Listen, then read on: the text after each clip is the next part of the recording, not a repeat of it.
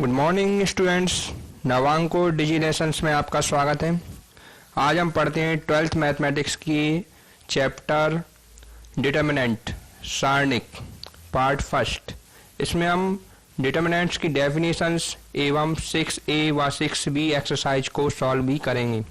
तो आइए समझते हैं डिटर्मिनेंट्स सारणिक होता क्या है।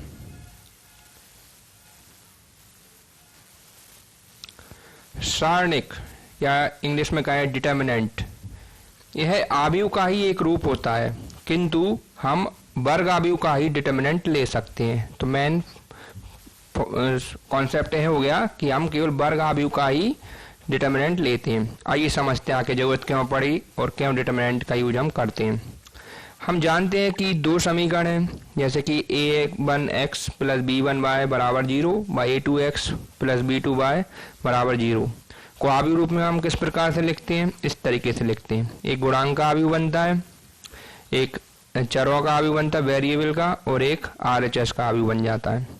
अब इन समीकरणों का हल यूनिक है अथवा अद्वितीय है या नहीं, यह ज्ञात करने के लिए ही हम सारणिक का यूज करते हैं। अर्थात सारणिक की आवश्यकता क्यों पड़ी हमें कि इन समीकरणों का हल संगत है अथवा नहीं है।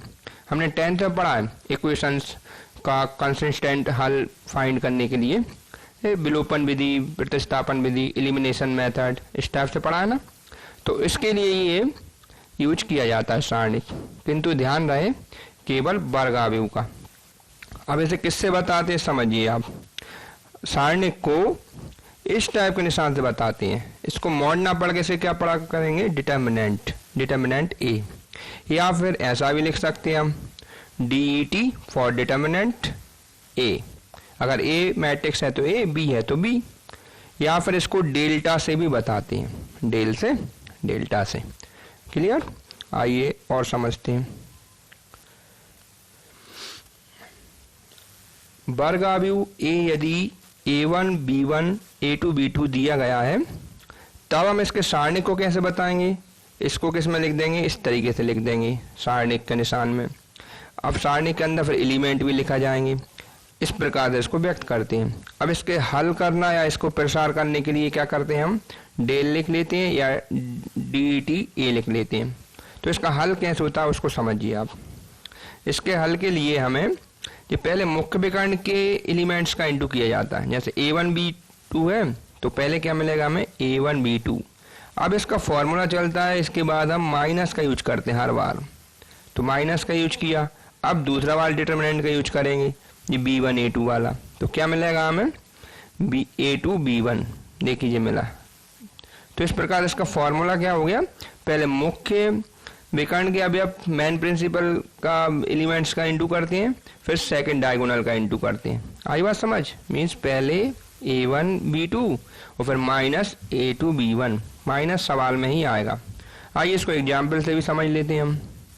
एग्जाम्पल है, यदि एक 2x2 का मैट्रिक्स दिया है और उसका हमें सारणिक की वैल्यू फाइंड करना है, तो पहले तो हमने उसको सारणिक में लिखा, सारणिक का जो वाला निशान मॉड जैसा निशान लगाकर।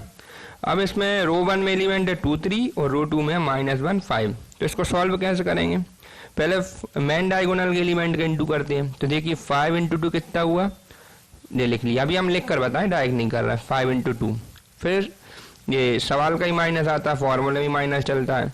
फिर सेकंड डायगोनल 3 और -1 का इंटू करेंगे, तो ये लिख लिया 3 -1। अब इसको और सॉल्व करते हैं तो 5 × 2 हो गए 10 एंड -3 × -1 हो गया +3। टोटल करेंगे तो मिला आपको 13। तो इस तरीके से हम इसको सॉल्व करेंगे। आई बात समझ, आइए और समझते हैं। अब है सारणिक के टाइप्स, कितने प्रकार के होते हैं। जैसे प्रथम कोटि का सारणिक, अर्थात 1 × 1 का मैट्रिक्स से बनाया हुआ सारणिक डिटर्मिनेंट। क्या होता है, जब किसी मैट्रिक्स में केवल एक ही अवयव हो तो वो कहलाएगा 1 × 1 का मैट्रिक्स, और उसी के सारणिक को हम किससे बताएंगे, डिटर्मिनेंट A। और इसको कैसे लिख लेंगे, एक बार अवयव में लिख लेंगे और इसका आंसर क्या हो जाएगा फिर A11। मीन्स यदि हमारे इस मैट्रिक्स के अंदर केवल 2 एलिमेंट है तो फिर क्या इसको सॉल्व कीजिए, तो इसका आंसर तो 2 ही आएगा ना। तो इसमें कुछ है ही नहीं इंटू करने के लिए, डायगोनल ही नहीं है, तो इसका आंसर क्या रहेगा 2। क्लियर? अब सेकंड ऑर्डर का डिटर्मिनेंट देखते हैं। ये फर्स्ट ऑर्डर का था, अब सेकंड ऑर्डर का डिटर्मिनेंट देखते हैं क्या होता है second order determinant. Second order के डिटर्मिनेंट में हमें क्या होगा, 2 रो होंगी और 2 कॉलम होंगे। तो इस प्रकार से हमें क्या मिला, फर्स्ट रो में A11 A11 A12 second row में क्या मिला A21 A22। तो इस तरीके से यह 2 कोटि का वर्गा भी हुआ। अब इसको सॉल्व करने के लिए थोड़ी देर पहले ही मैंने आपको फॉर्मूला बताया। क्या करते हैं, पहले फर्स्ट एवं मेन डायगोनल का इनटू करते हैं। तो देखिए A11 का इनटू हुआ A22 में, तो देखिए पहला एलिमेंट ये वाला मिला हमें।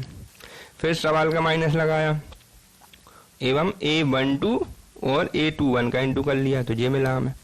तो यहाँ हम केवल फॉर्मूले देख रहे हैं किस तरीके से इनको सॉल्व करेंगे। आई बात समझ, आइए आगे बढ़ते हैं। अब एक्सरसाइज 5A एक्सरसाइज में किस तरीके से सवाल दिए देखिए आप। इसका 4th क्वेश्चन देखिए आप। एक 2/2 का डिटर्मिनेंट है, उसमें एलिमेंट दिए हैं x+1 x² एवं 2x - 1। अब इसको सॉल्व करना है तो हम इजीली सॉल्व कर सकते हैं। बस ध्यान रखें सॉल्व करने टाइम यहाँ पे निशान ये वाला यूज कर लेंगे हम, ये डेल का निशान। तो क्या मिला हमें मिला x+1 का इंटू x - 1 में किया पहले, तो इसको लिख लिया इस तरीके से। फिर फॉर्मूले का माइनस लगाया एवं x² का 2 में इंटू किया, तो 2x² मिला। अब इसको सॉल्व करेंगे तो आप देखिए यहाँ पे जो फॉर्मूला बन गया x+1 x - 1, ये हो गया x² माइनस y² का फॉर्मूला, तो x² -1 मिला। अब इसका इंटू किया -2x² मिला।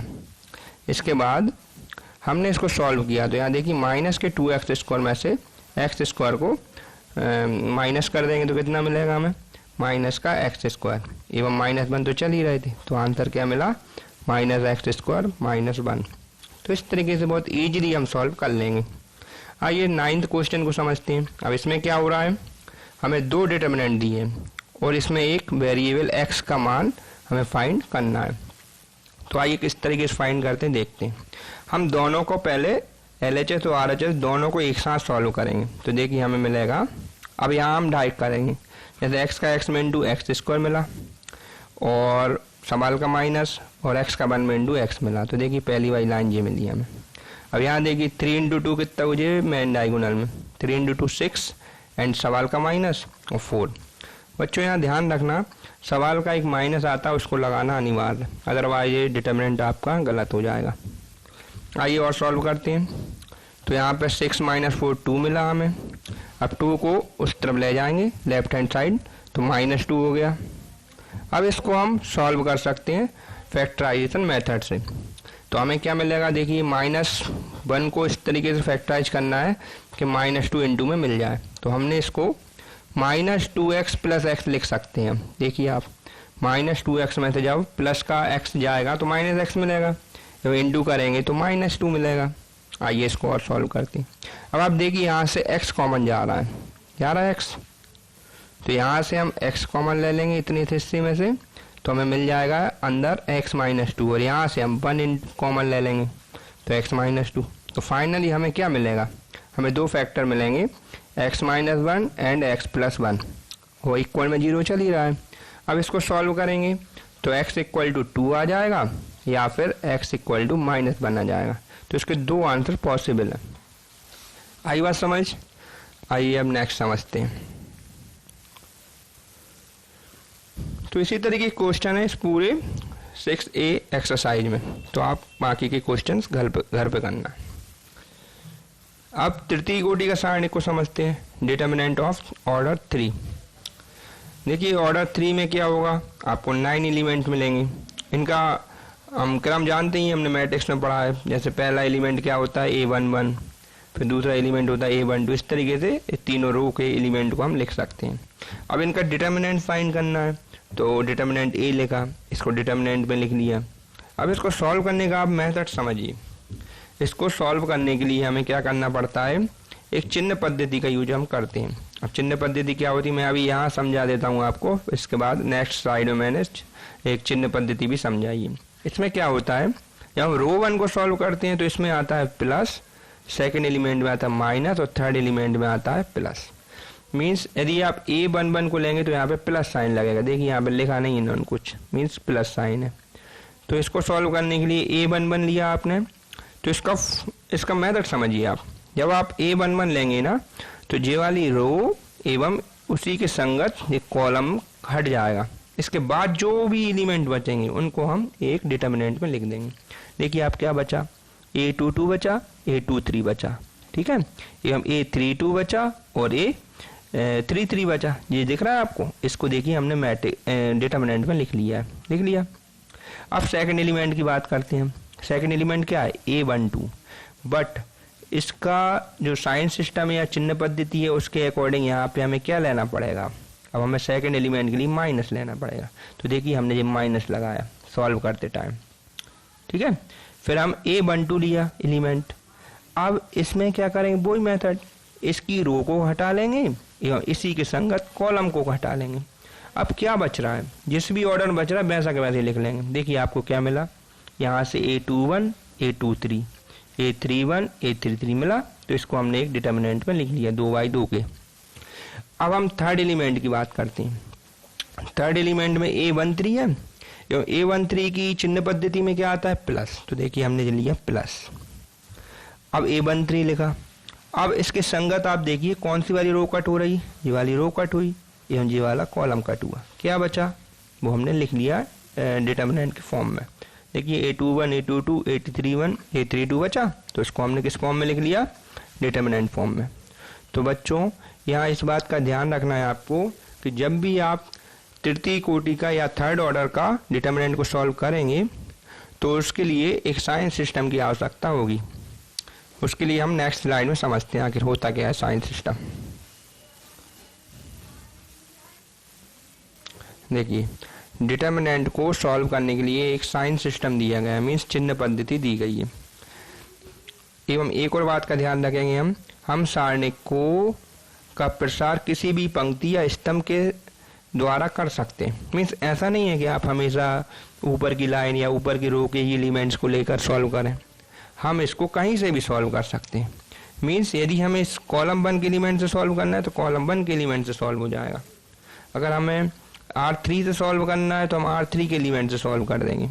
बस उसके लिए आपको क्या आवश्यक होगी, उसके लिए आपको चिन्ह पद्धति की आवश्यकता होगी। तो आइए हम चिन्ह पद्धति को समझते हैं बहुत इजी वे में, बहुत सरल है चिन्ह पद्धति। देखिए चिन्ह पद्धति में क्या होता है, स्टार्टिंग होता है प्लस से। पहले आप द्वितीय कोटि के लिए समझिए, द्वितीय कोटि स्टार्टिंग कहाँ से, प्लस फिर माइनस। आई बात समझ। अब जब प्लस से शुरू हुई तो इसके नीचे क्या आएगा, माइनस आएगा। तो अब सेकंड रो किससे शुरू होगी, माइनस प्लस से। ये हो गए द्वितीय कोटि के लिए। आप आसानी से इसको याद रख सकते हैं, पहला आया प्लस, दूसरा माइनस, फिर सेकंड रो लेंगे तो माइनस फिर प्लस। आई बात समझ। अब थर्ड ऑर्डर के लिए देखिए, थर्ड ऑर्डर के लिए क्या रहेगी आपकी चिन्ह पद्धति। तो अभी थोड़ी देर पहले हमने फर्स्ट रो के लिए समझा था, क्या था, प्लस माइनस प्लस।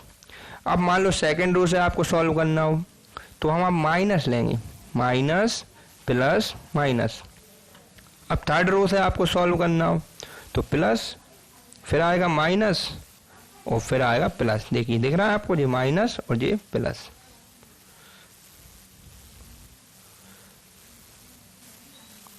तो इस तरीके से हम चिन्ह पद्धति को याद रखेंगे और इनके द्वारा हम सवालों को कहीं से भी सॉल्व करेंगे। अब आपके मन में एक प्रश्न आ रहा होगा कि आखिर हमें चिन्ह पद्धति आवश्यकता क्यों पड़ रही है, हम तो रो 1 से ही सॉल्व कर लें सब कुछ। क्या होता है कि कभी कभी सवाल में मान लो R2 में 2 जीरो दी है तो आपको वहाँ से सॉल्व करने में आसानी होगी, क्यों जीरो का इंटू कर दें जीरो हो जाती। तो इसलिए ये चिन्ह पद्धति बनाइए ताकि आप कहीं से भी सारणी को सॉल्व कर सकें और जल्दी से उसका आंसर ला सकें। आइए समझते हैं। मैं आपको 2 तरीके से सवाल बताऊंगा, एक बार नॉर्मल R1 से, फिर जहाँ पे आसान पड़ेगा वहाँ से।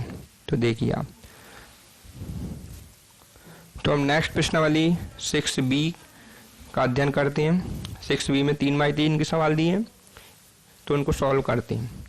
देखिए क्या दिया है आपको, R1 के साथ मीन्स सवाल दिया है, फर्स्ट में एक डिटर्मिनेंट दिया है और कहा है इसका मान ज्ञात कीजिए। तो कैसे करेंगे, पहले तो मैं आपको नॉर्मल बता देता हूँ इसको सॉल्व करने का तरीका क्या होता है। हम लिखेंगे R1 के सापेक्ष प्रसार करने पर। देखिए प्रसार करना या हल करना एक ही बात होती है। अब जिस सारणिक को हम हल कर रहे हैं ना तो इसी को प्रसार करना भी बोलते हैं, इंग्लिश में एक्सपेंस करना बोलते हैं।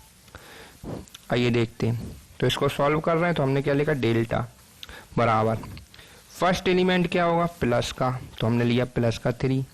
अब इसके संगत सारणिक कौन सा बचेगा, देखिए आप, जे वाली तो रो चली गई, ठीक है, एवं जे वाला कॉलम चला गया। अब बचा क्या, अब जे वाला बचा, जे वाला हिस्सा, तो इसको हम लिख लेंगे डिटर्मिनेंट फॉर्म में। देखिए हमने लिखा 1 3 एंड -2 1 लिखा। अब आइए सेकंड एलिमेंट की बात करते हैं। सेकंड एलिमेंट की आपको चिन्ह पद्धति याद रखना है, मैंने आपको थोड़ी देर पहले बताई। चिन्ह पद्धति क्या होती है, पहला एलिमेंट प्लस, फिर माइनस, फिर प्लस। तो प्लस का 3 ले लिएगा, फर्स्ट एलिमेंट था। अब सेकंड को लेना पड़ेगा आपको, तो सेकंड में पहले माइनस लगेगा, देखिए माइनस लगाया। अब सेकंड एलिमेंट लिखा, वो खुद माइनस में, तो हमने एक कोष्टक में लिख दिया। अब इसके संगत आप देखिए डिटर्मिनेंट कौन सा बच रहा है, तो आपको करना क्या है, इसको माइंड में हम क्या करेंगे, इसको हटा लेंगे और इसको हटा लेंगे। ये लिख कर नहीं करना, आपको मन में ही समझना है कि यार इसको हटाया, अब क्या बच रहा है उसको लिख लेते हैं। तो देखिए 1 2 -2 1, ये लिख लिया डिटर्मिनेंट। अब हम 5 की बात करते हैं। 5 है हमारा थर्ड एलिमेंट, तो थर्ड एलिमेंट की चिन्ह पद्धति में क्या आएगा, प्लस। तो देखिए हमने लिया प्लस का 5।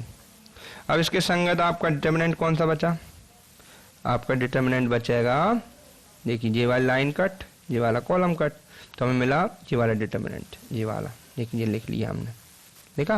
अब इसको सॉल्व कर लेंगे। अब नेक्स्ट लाइन में इनको 2/2 के जो डिटर्मिनेंट है इनको सॉल्व करना है। तो आइए देखिए कैसे करते हैं। 3 तो लिखा रहेगा, 1 × 1 1 हुआ। अब देखिए सवाल का माइनस एवं 3 × -2 टोटल हो गए प्लस के 6, फिर माइनस माइनस हो गए +4, ये 1 का 1 में × 1 और माइनस और सवाल का माइनस मिला के हो गए प्लस का 4, +5 ऐसे ही लिखा। इसको करेंगे तो 3 और -2, ये वही वाली मेथड है जैसे कि हम क्या करते हैं, पहले मेन डायगोनल का इंटू करते हैं, फिर माइनस लगा इसका इंटू करते हैं। आई बात समझ। अब इनको सॉल्व कर लेते हैं। तो 1 + 6 कितना हुआ, 7, तो ये लिख लिया हमने 3 × 7।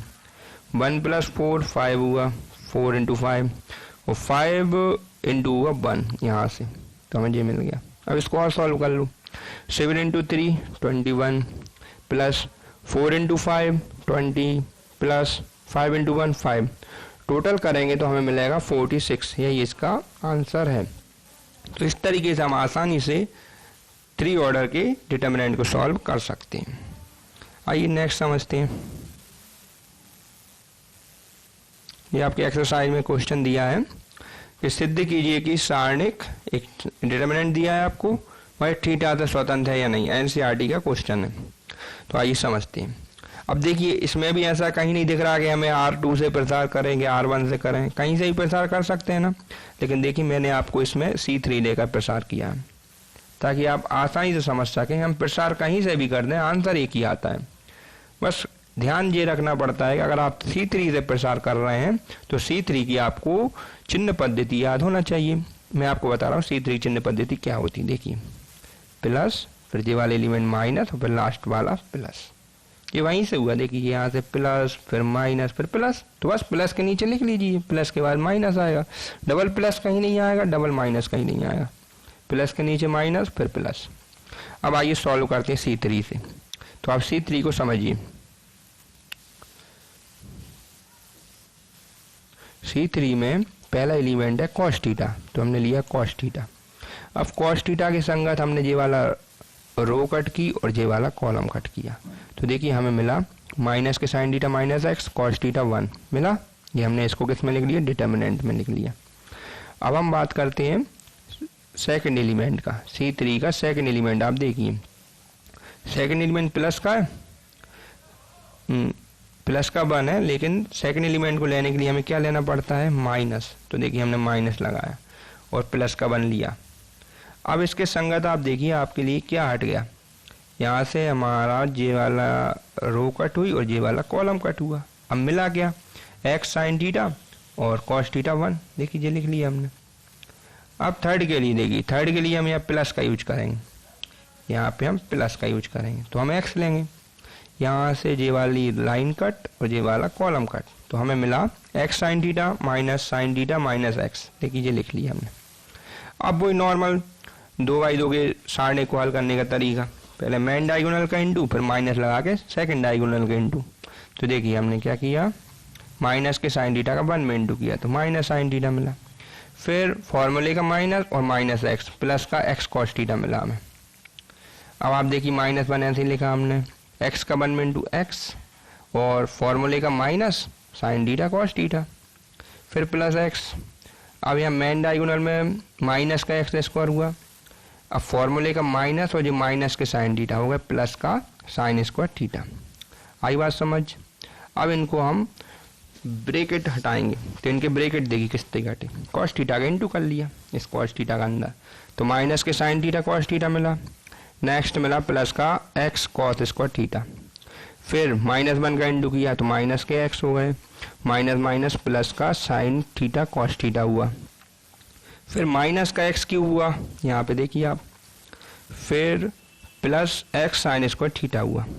अब हमने क्या किया, पहले हमने बड़ी घातों को आगे लिखा, हमारे पास सबसे बड़ी घात यहाँ पे क्या है, सबसे बड़ी पावर क्या है 3, तो हमने लिखा माइनस के एक्स क्यूब को सबसे आगे देखिए लिख लिया। अब हमने देखा सेकंड पावर कौन सी है, सिंगल एक्स की, तो एक्स तो 3-4 जगह आ रहे हैं, तो हमने एक्स को कॉमन लिया। कैसे कॉमन लिया देखिए, यहाँ से कॉमन लिया तो एक्स कॉमन आया, कॉस स्क्वायर थीटा मिला। फिर यहाँ से हमने कॉमन लिया, एक्स साइन स्क्वायर थीटा था तो साइन स्क्वायर थीटा अकेला बचा। अब यहाँ से माइनस एक्स था तो हमने एक्स तो कॉमन ले ली, -1 बचा। आगे बात समझ। अच्छा ऐसा क्यों लिखा हमने, हम बीच में भी तो -1 लिख सकते थे। यहाँ पे एक फार्मूला बन रहा है इसलिए हमने इसको ऐसा लिखा है। कौन सा formula, sine square theta plus cos square theta equal to 1। तो देखिए नेक्स्ट स्टेप में मैंने इसको 1 लिखा जी 1, ये वाला 1 और माइनस ये वाला 1 को हमने ऐसे के ऐसे लिख दिया। अब हमने देखा कि 1 - 1 0 हुआ तो x इंटू 0 और सॉल्व किया तो माइनस के एक्स क्यूब। अब आप इसको ध्यान से देखिए, इसमें कहीं पर आंसर में थीटा आ रहा है क्या, नहीं आ रहा ना, तो बस हमें यही तो प्रूव करना था। हमें प्रूव करना था कि इसका जो भी आंसर आए उसमें थीटा से स्वतंत्र हो, अर्थात थीटा से इंडिपेंडेंट होना चाहिए। तो आप देखिए यहाँ पे थीटा आ ही नहीं रहा, तो इसने क्या लिखा, which is independent from theta. तो इस तरीके से हम इसको सॉल्व करेंगे। तो बच्चों आपको सारणिक समझ आया होगा। तो सारणिक बहुत इजी है, बस ध्यान क्या रखना है कि सारणिक हमेशा वर्ग आव्यूह का ही लिया जाता है। मीन्स सारणिक में जितने ही स्तंभ होंगे उतनी ही पंक्तियां होती हैं। तो ये इंट्रोडक्शन पार्ट था सारणिक डिटर्मिनेंट का, आप इसका अच्छे से अध्ययन कीजिए। फिर हम नेक्स्ट पार्ट में मिलते हैं जिसमें कि हम सारणिक के प्रमुख गुणों का अध्ययन करेंगे और उस एक्सरसाइज को सॉल्व करेंगे जहाँ से कि अक्सर 5 मार्क्स का एक क्वेश्चन हमेशा आता है। लास्ट ईयर भी आया था, उससे लास्ट ईयर भी आया था और इस साल भी आएगा। तो मिलते हैं फिर हम नेक्स्ट वीडियो में, तब तक आप पढ़ते रहिए, घर पर रहिए। Okay bye, thank you.